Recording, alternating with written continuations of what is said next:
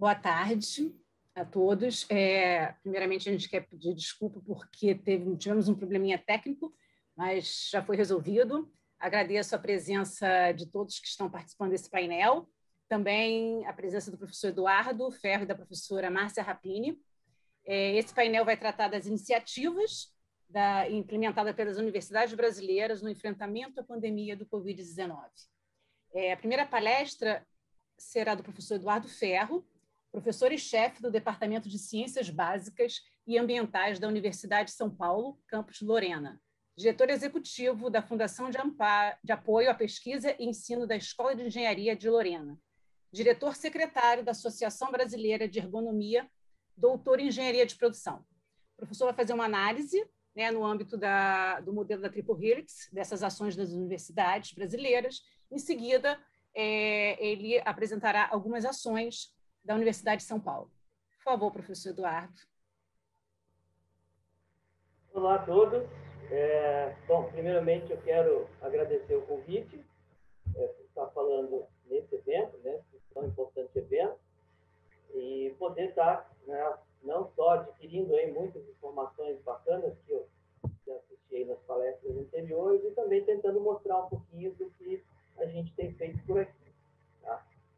Eu vou compartilhar um slide só para a gente poder aqui focar um pouquinho numa ordem. Thank you so much for inviting me, both to hear the very interesting information and to share with you what we've been doing at the São Paulo University. I hope that you can see my screen. I'm sharing it now. Bom, pessoal, então, para participar, junto com a Elaine, com a Márcia, I am here in this session together with Márcia and Elaine from Minas Gerais and Rio de Janeiro in order to say a few words about the Brazilian universities' challenges and responses to the COVID-19 pandemic. We will touch on what we have been doing. I'm going to share with you some of our actions which were mapped out during a project. We have mapped out these actions in this project, and these are the people who were involved: Marisa, Carla, Eduardo, myself, Marco Antonio, and I was so very happy to be part of this team.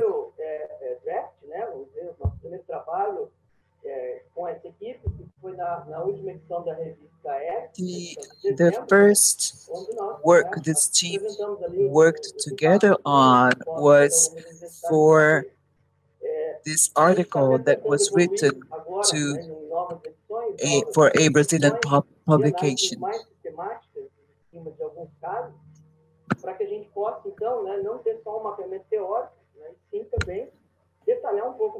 After this first stage, we want to go more in depth and describe not only the theoretical part, but also the practical actions.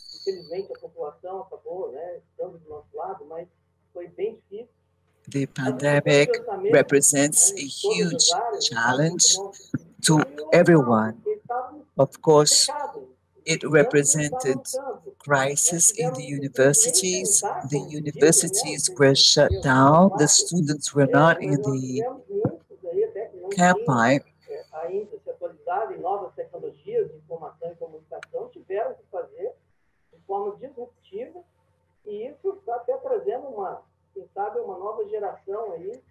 So everybody had to be creative and work in this disruptive environment. Who knows, this may even bring new things. Everyone working as they could, at home, through cell phones, and making as much use of technology as possible. However, there were productive endeavors. And this is a very interesting piece of work carried out in São Paulo. This is a project called Popular Science, a platform that covered the whole of the country, and these are the actions that could be mapped for each one of the regions in the country. For example, you can see for university extension courses,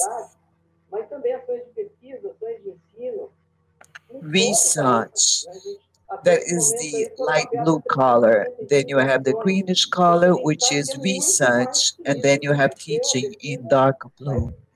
Here you can see the number of actions related to each one of the regions.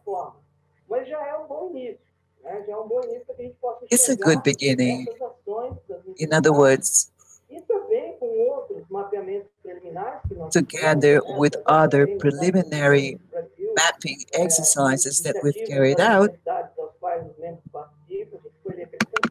and this was done based on the initiatives of different universities, it was possible to complete a paper that also was sent for publication already, as you can see here on the slide.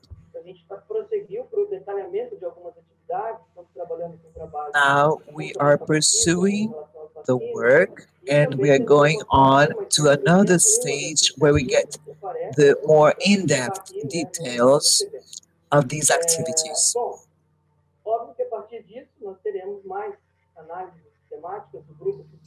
We will be having new assessments and analyses.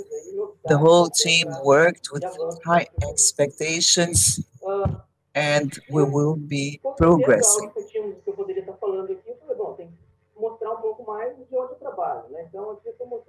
In this case, I wanted to show also other initiatives. In the state of São Paulo, we have yet another website which is called USP Vida, meaning the São Paulo University Life. It is a website that shows the grants and donations that were received. As you can see there, it's over 14 million reais in donations in goods and materials, and over 5 million reais in cash, in money. And all of this addressed to different lines of research, the development of vaccines, the development of medications,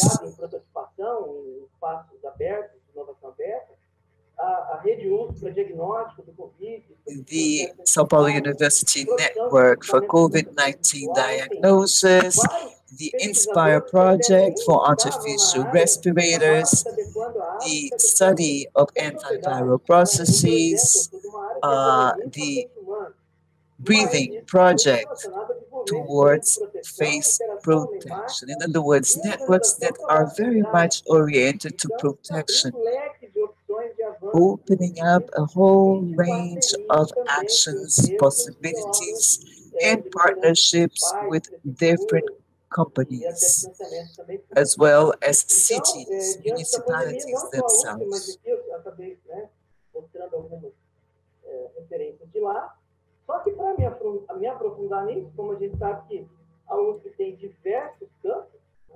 Because we know that our São Paulo University has different campuses or campi, I myself come from Lorena, the Lorena campus, as you can see there on the right-hand side.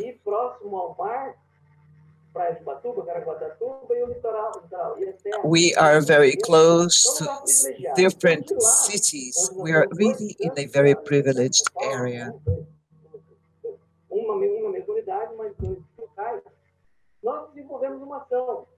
So we at our campus developed an action to which we gave this name, Smart Society Living Lab.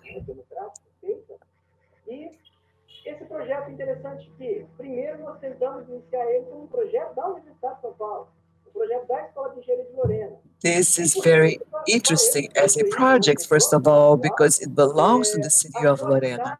Levar os alunos para dentro do campo, achou arriscado realizar as atividades e nós não tínhamos como continuar. And during COVID, it was too risky to work in the campus. So,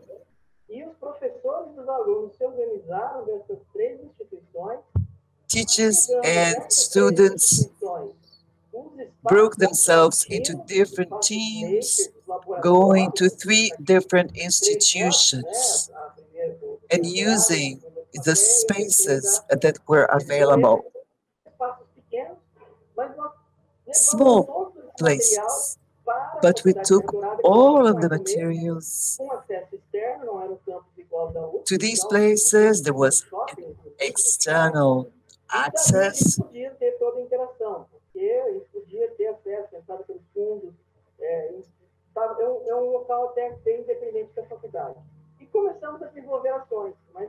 And this is why it was possible to us to go ahead and develop our different actions. Research studies related to production, technology of materials.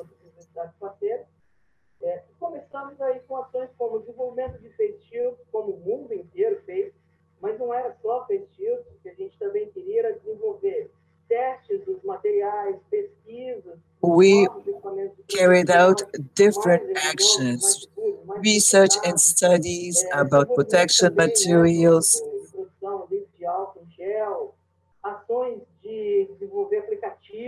developing also applications.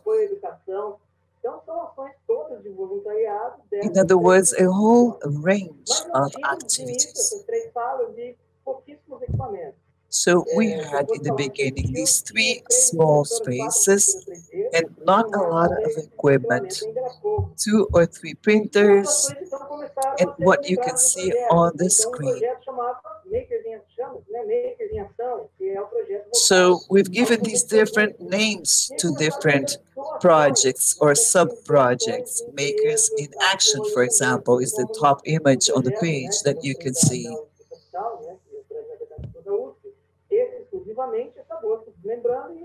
Alcohol Vid,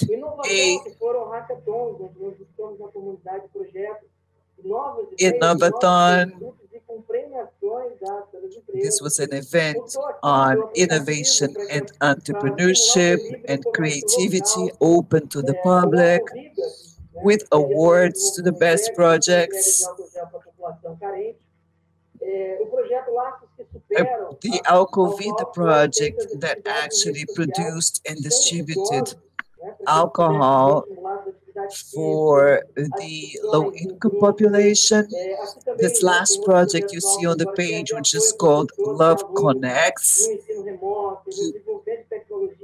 bonds that overcome isolation, thinking of the elderly population in this case. In other words, it was not exactly oriented towards health issues only, but it worked on different fronts, especially the engineering department.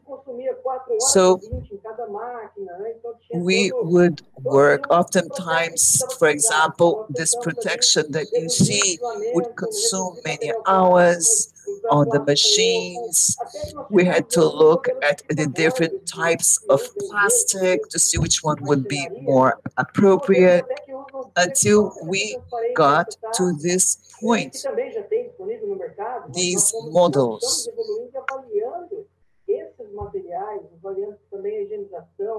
Se ela é eficaz ou não, né?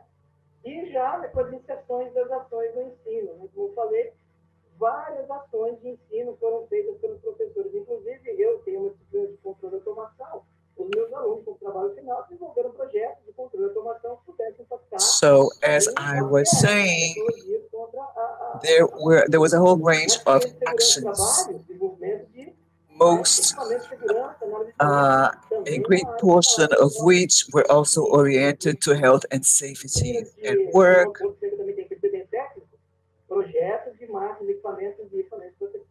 And projects, machines, equipment.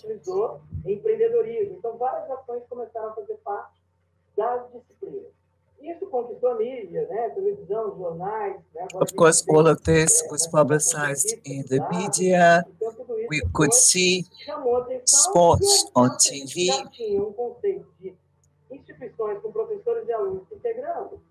And we did have this council with teachers and students and industry. So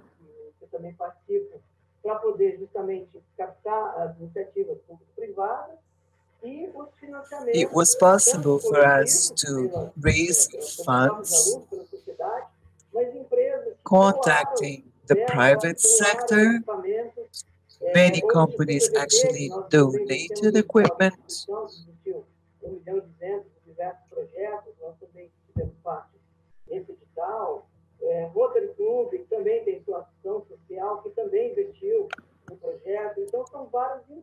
The interpreter apologizes to the English speaking audience, but the original audio is really, really poor quality. It's very hard to translate.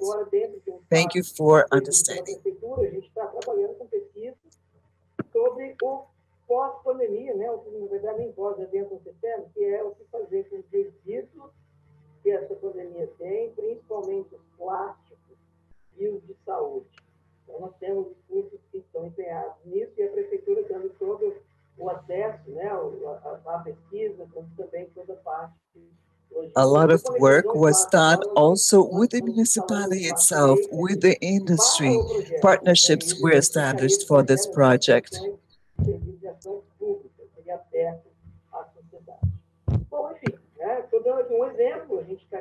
So these were a few examples that I brought over to share with you. I am available if you have questions, and we can discuss them. In any case, I believe it was an initiative that was based at the university itself with a bilateral type of partnership. Of course, from now on, this kind of initiative will be much more viable. Maybe not even depend on the original partnerships. Sometimes we see that there is a certain bias by universities against the private sector or this kind of connection or relationship.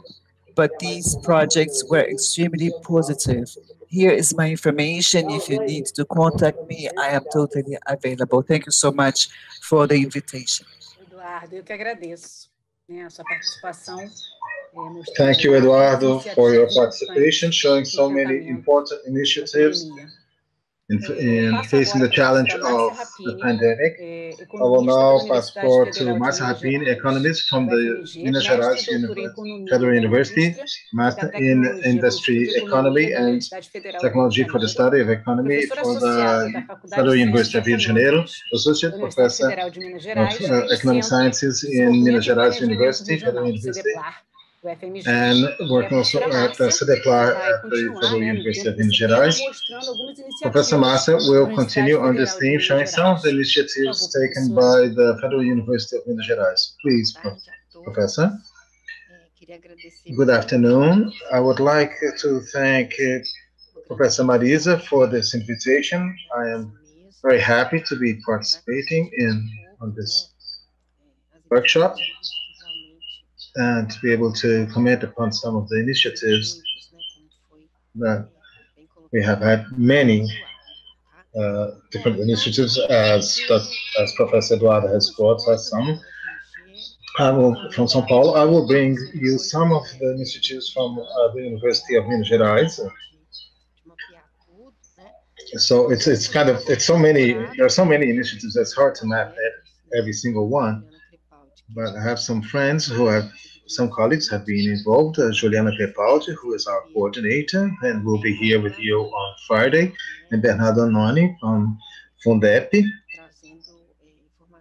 who also bring some relevant information to us. So a little bit about Minas Gerais Federal University.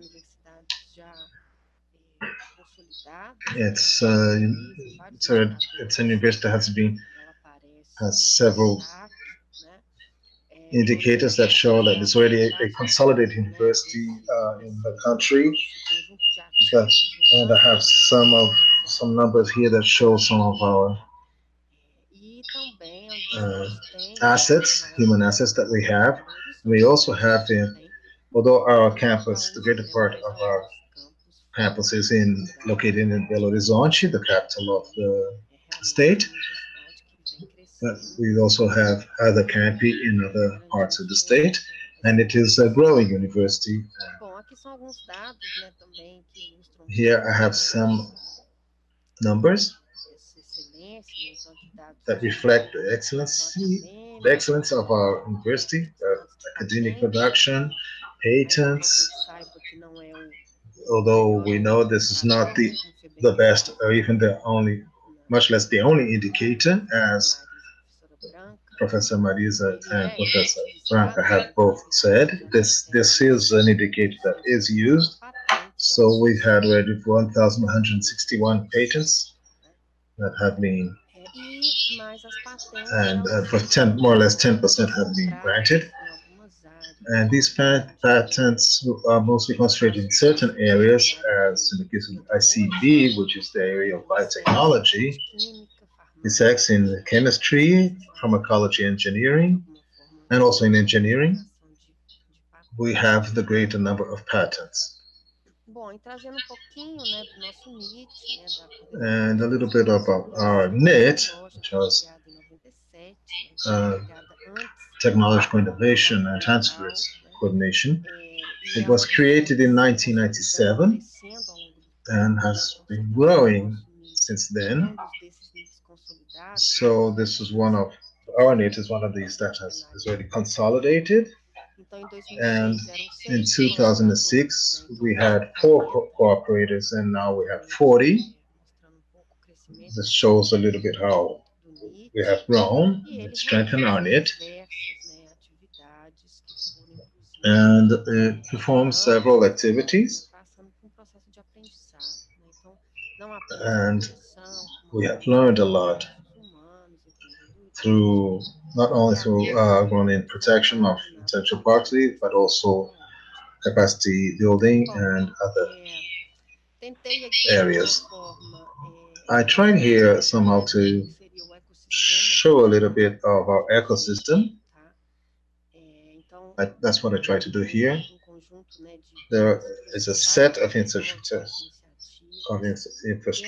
like labs and so forth. We have a NIT that is well consolidated, as we saw. We have incubators, accelerators, the technological park. We have the Fundepar, that is an investment, is specializing in investments of high impact technology, and BRAP also for agriculture. And we have programs for master's degrees and doctor's degrees, so postgraduate work. So among the several aspects that were brought to us in the previous presentation, UFMG has meets several of these objectives, and I'd like to say that not everything is connected, not everything works so smoothly, of course, but one of the things I would like to say here is that one of the factors that the COVID influence was the bringing together of several actors, different actors that were already in the environment of the university, but were acting for reasons that we understand, of course, were acting in a disconnected way. So we have many resources and assets that were unconnected and that became connected because of this pandemic. But of course, we do have a very good support ecosystem.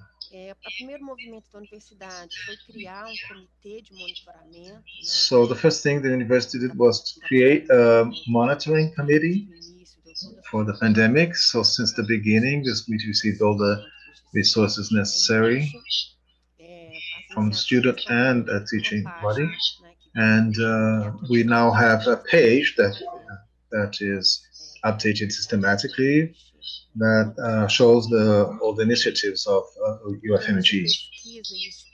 In terms of researches and studies related to COVID, vaccines, clinical trials, breathers and ventilators, patents, technology transfers, many different studies on impacts on health, on economy, social, sanitary, environmental impacts, so forth.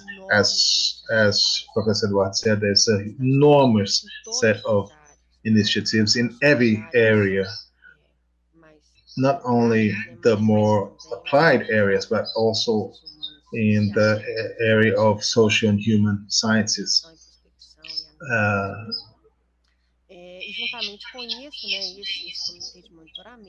And hand in hand with this, we have had enormous action with the teaching body and also the students, a program of digital inclusion. So this has been an enormous effort on our part, and this is an effort there is an ongoing effort in enhancing this digital inclusion because of how the studies were impacted by COVID. So here are specific actions by our NIT related to COVID-19 in relation to patents and other initiatives. The NIT created a specific place to implement technologies to do with COVID. So we have tried to separate these.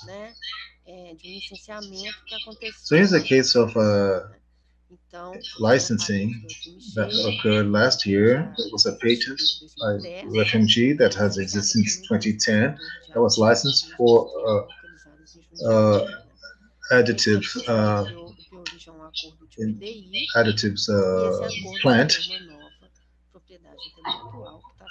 in Jundiaí, in São Paulo, and this generated a new agreement in research and development that is being implemented here, and UFMG will be participating, developing a new substance to be applied in fabrics to deactivate the virus. Another initiative.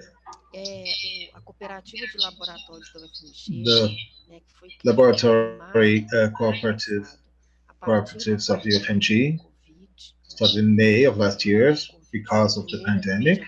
So we're the first to act in this cooperative,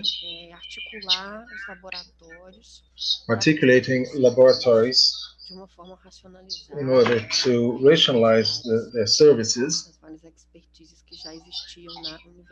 and better use all expertises in order to meet different objectives, not only to conduct exams, but also to help hospitals and other government agencies and also private sector. This program was only possible to implement this program in such a short period because of our previous experience. in a program, in a laboratory acceleration program that was conducted by Fundeb. And through this experience, this previous experience, together with the results that were observed and the mapping that we had already made of all the laboratories in the Federal University of Minas Gerais, this allowed us to implement in a very short time frame this program. We know that universities work in a different time frame. So here are the results up to now. We have conducted over 76,000 tests, exams, and this initiative has already been awarded with has already received 2 awards. So over 75 institutions, a total of 35 institutions were helped by with this cooperative. Hospitals from the metropolitan area, all laboratories from several areas, Unimed, Kinross, mining. So 75 companies are participating already. And finally, I'm not, it's far from exhausting the subject and the numbers. This, the speed which the university responded was only possible because of this previous experience. So one of the projects that we conducted was the CT vaccines, which is a center of technology and research in biotechnology. And it's located in our technological park. And this was our previous experience for CT vacinas that has allowed it to develop 100% national vaccine. So, try to resume this to conclude. To conclusion, UFMG not only managed to respond to COVID through its knowledge base and researches and technological aspects, but also because it already had an internal institutional experience, especially in decision making. I put down the University PDI has the innovation as its institutional mission. So our niche in intellectual property and partnerships made all the difference. So we know that to negotiate a licensing is something that takes time, takes a long time, and we know that we need to be able to do this in such a short time frame. It was only possible because of our previous experience already. So, public resources and the entrepreneurship ecosystem and our innovation mission were fundamental and were already in place in order to connect all these initiatives and facilitate all this investment. So a final consideration is, I would like to make, is about the role of each helix in facing the COVID challenge. So this, in order to face COVID-19, it's absolutely not necessary to have innovation based on knowledge. And so the accumulated knowledge in research and prototypes allow for this rapid response by UFMG.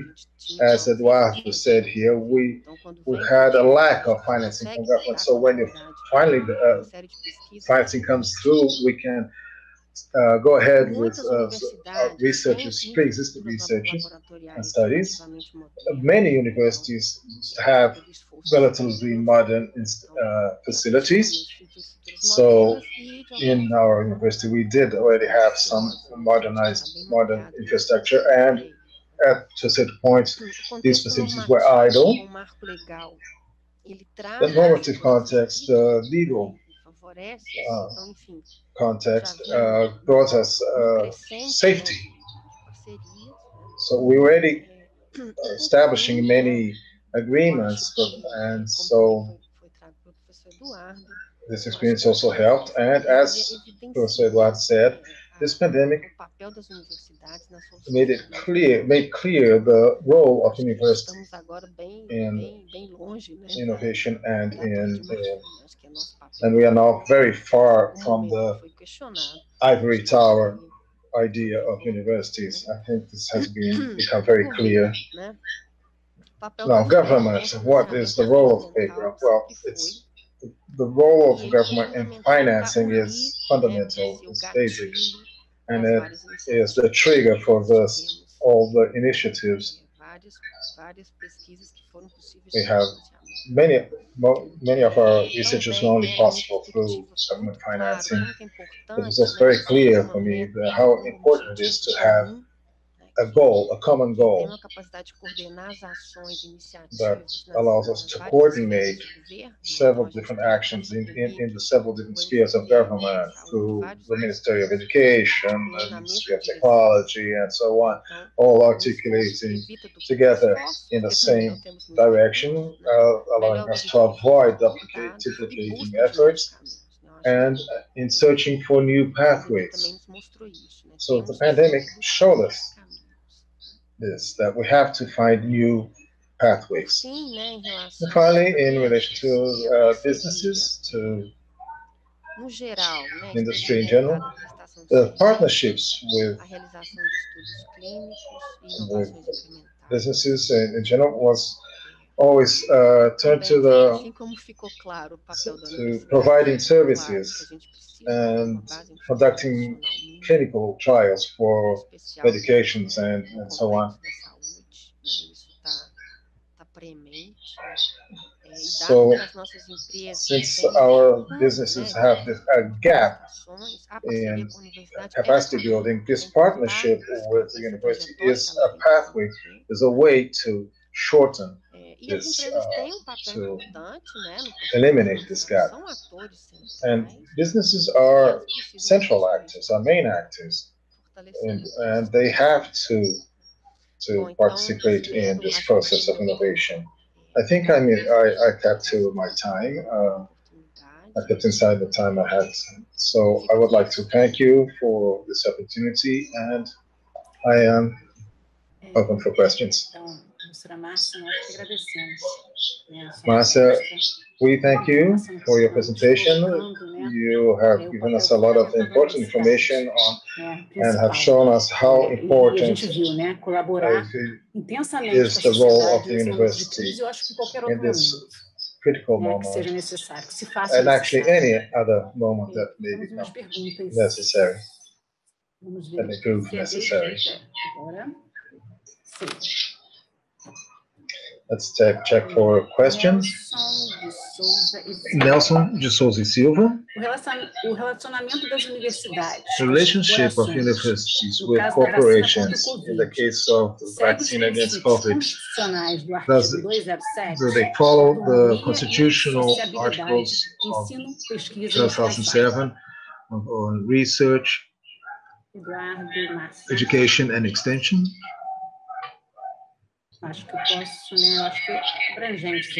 This is a very a very ample question. Elaine, eu acho que responderia que sim. I would say yes, it does meet this.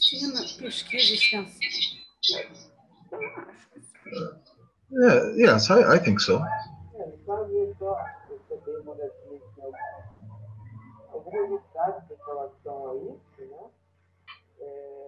Porém, eu acabei encontrando mesmo informações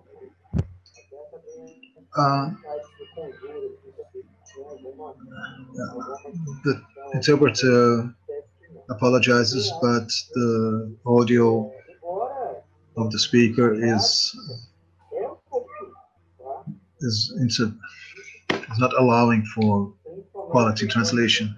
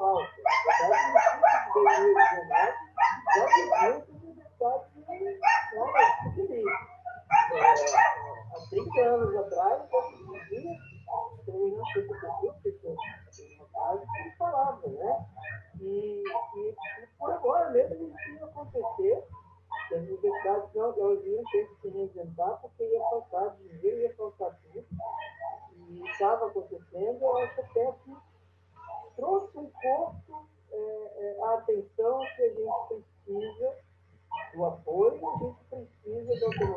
the gist of his answer is that the pandemic has shown us the need of financing and of more financing from government to face all the challenges, and that society and private sector also have to cooperate and participate. And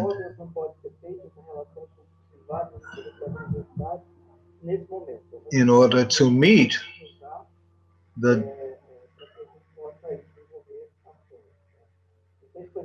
the goals established by law,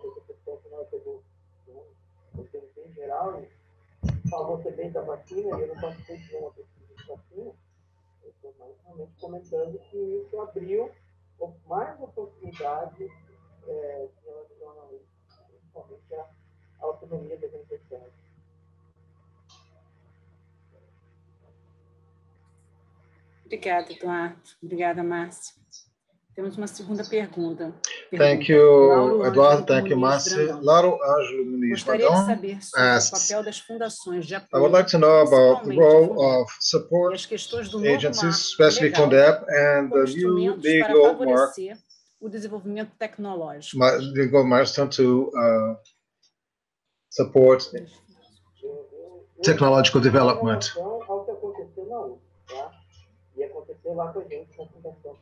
Well, so this is something that happened to us, with us.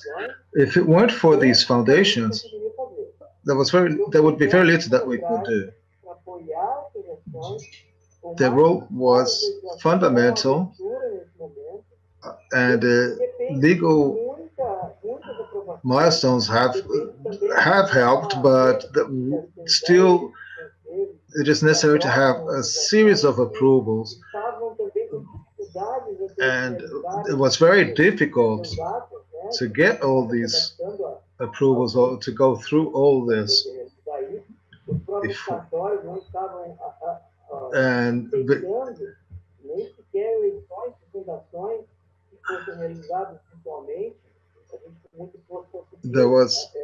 We had a lot of problems, even because of isolation, but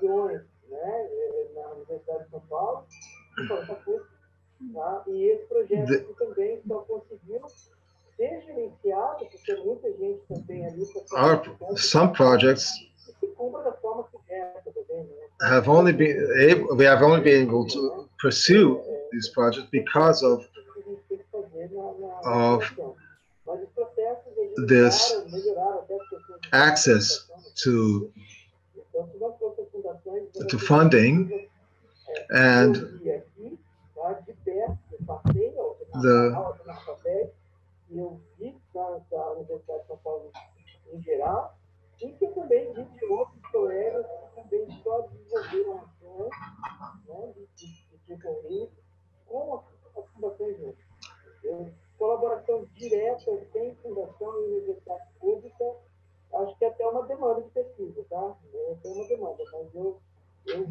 I really think that without access to financing through these foundations, we would not be able to do even what the little that we did.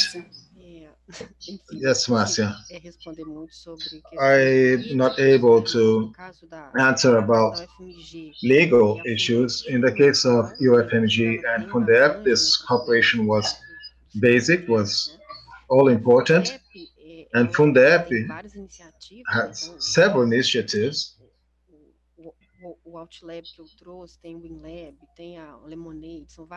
So there are several initiatives by that are managed by Fundeb, and today Fundeb, with these different initiatives, has generated knowledge. So it's more than a financial managing foundation. So if these foundations had this role before, now Fundeb, because of the initiatives that it has adopted, occupying such a great space in the UFMG ecosystem, has generated a body of knowledge that is very important, that allow the creation of Fundepar, which is a fund to support high-tech companies. So I see now that today that foundations have a larger role than in former times, and that was born from these initiatives. Esses movimentos sociais que eu também percebi durante a pandemia para poder ajudar em alguns problemas, seja no comércio, seja por exemplo, dos alunos também interagindo, eles também abrem aí oportunidades para a criação de novas instituições, tais como fundações, ou ONGs, ou tipos, de uma forma geral, que possam financiar pesquisas. Como eu disse na apresentação, é muito difícil a gente depender só da relação governamental de financiamento. Isso até é uma briga, por vezes até que está mais, acaba tendo uma preocupação com o currículo de pesquisadores, não com o projeto. Já essas instituições já não, eles se preocupam muito mais com o projeto, com o impacto social, com as métricas que a gente está discutindo no evento, que estão ligadas à terceira missão. Então, acho que o papel das fundações ele é diretamente ligado à terceira missão, porque a gente ainda tem muito que amadurecer dentro das universidades pela saída, por mais que a terceira missão aqui, alguns ainda têm ela na cabeça, Então, a gente ainda tem que combater um pouco desse comportamento e mostrar mais aí que só funciona com cooperação mesmo. E agora essa cooperação não tem mais fronteira, Então, a fundação daqui, que apoia outro Estado, interação com eventos nacionais e internacionais, todo mundo também colocando conteúdo. Eu acho que isso vai expandir ainda mais essas relações.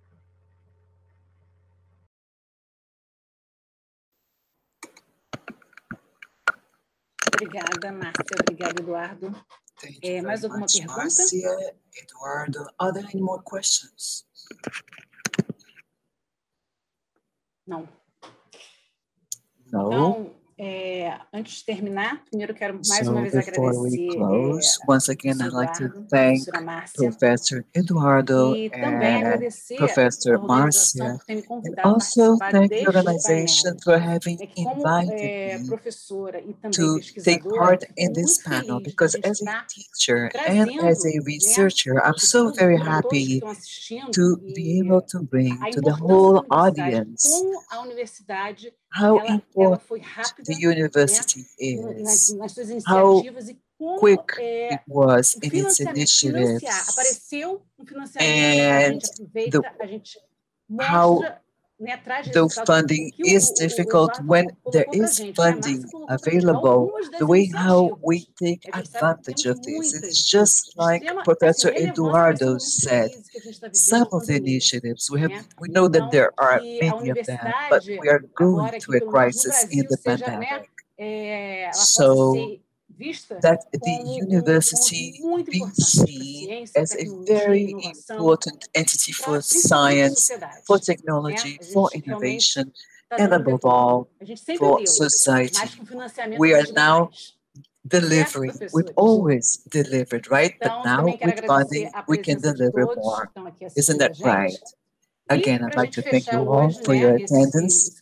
And to close our first day at our workshop, I'd like to thank Marisa for the invitation, thank Branca, and I'd like to remind you that tomorrow we will be back at 8:30 with this panel, Evidences of Integration Between Research and Services in the Health Area. Thank you so much. Have a great evening and see you tomorrow. Thank you.